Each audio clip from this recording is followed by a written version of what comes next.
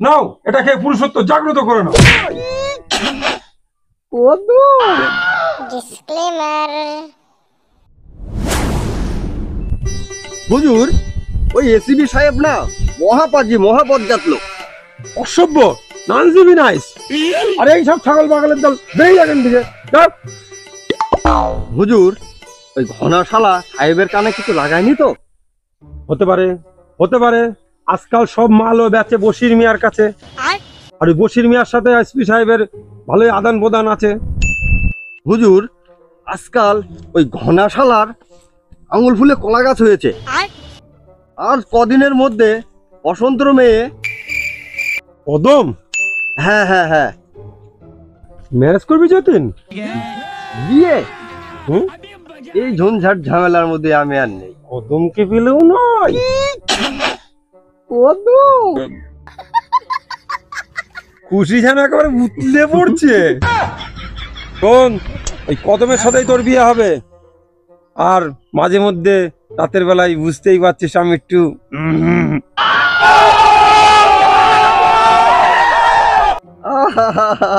হুজুর, ভগবান আপনাকে যে ঈদে তৈরি করেছে, বাদর বানাতে যে শিব গড়ে ফেলেছে।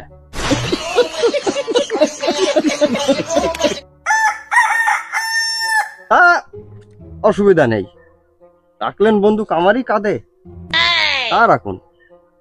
এটো খাবার খাওয়ার তো আমার অভ্যাস আছেই।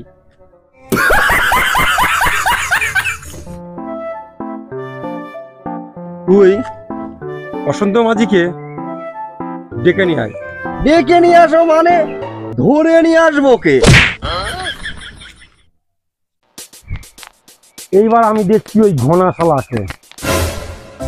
কত কি ভাবছো বসন্ত? পুরো খরচটা আমি দেবো। আর তাছাড়া যতীনের থেকে ভালো ছেলে তুমি কোথায় পাবে?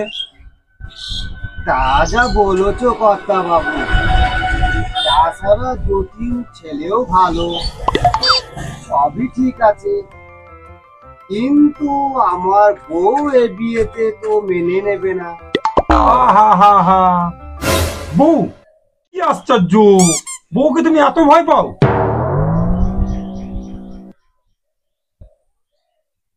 তুমি ভুলে যাও না তুমি পুরুষ। নাও এটা খেয়ে পুরুষত্ব জাগ্রত করে নাও।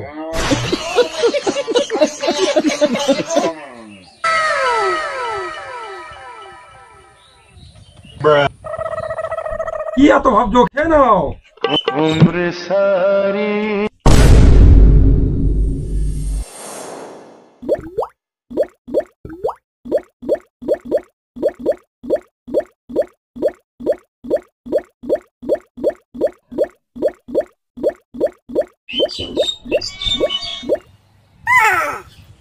এ বিয়ে হবে। Excellent excellent. যতীন, যাই কর্তা। দেখো বসন্ত, দেখো তোমার জামাই কিরম স্পাইডারম্যানের মতন লাফ মেরে উঠে চলে আসলো। কদমের সাথে কেমন মানাবে বলো?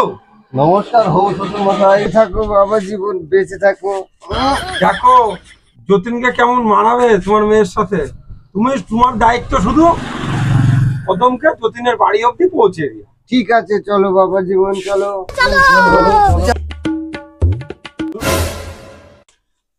আবার কি হলো? কর্তা বাবু, আপনি একটু পদধূলি দেবেন না?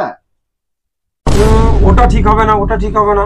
আগে ভালোই ভালোই বিয়ে থাওয়াটা হয়ে যাক, তারপরে আমি যে দেখা করে আশীর্বাদ করে আসবো।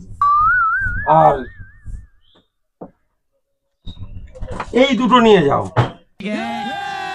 একটা যতীনের বাড়ি অবধি যাওয়া পর্যন্ত, আর একটা বিয়ে হওয়া পর্যন্ত। পুরুষত্ব জাগ্রত রাখতে হবে তো।